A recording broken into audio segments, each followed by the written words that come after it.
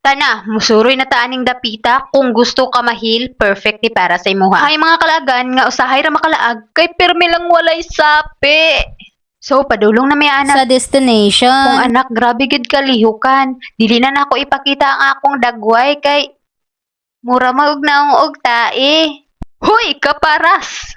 Mo pag inanalay maluoy ang taon mo lay. So mao to, tig video ra day ta aning dapita. Ug tan-awa, paspas man ni sila nga ano man ang biyaan man ko. Napa ko dinhi, ayaw kog biyain taon, maluoy mo. Din taon, bitaw oy. Nagpalayo ko ana kay para makita sa daang view, sa kanindot sa view sa nakaabot Binuangan. naman mi dire. Ug pag human ana nihuwat lang dayon mi kay mga una mi gutom na kaayo. Kay ugto naman mi nakaabot. So mao ni ang akong anak, muplastar gid siya tan-awa ra, mukuha gid siya ang bangko para lang gid maghulat sa iyang pagkaon ug tan-awa murag gikapoy na jud na siya guhat kay nagtudlo-tudlo na sa iyang order.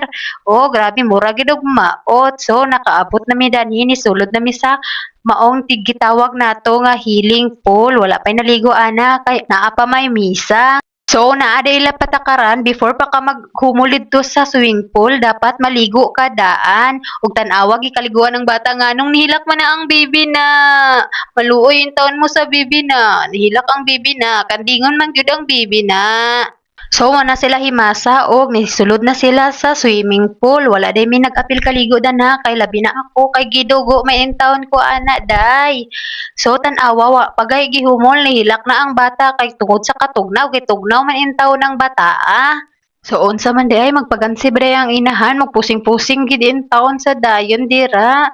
Kaluoy in taon walay nag-video so front cam na lang. Og nisaka dayon mi dinhi sa taas para mga G. Human og pangaligo ni anhi lang dayon mi sa sulod sa church. Og diha naunsa man na ang bibi na.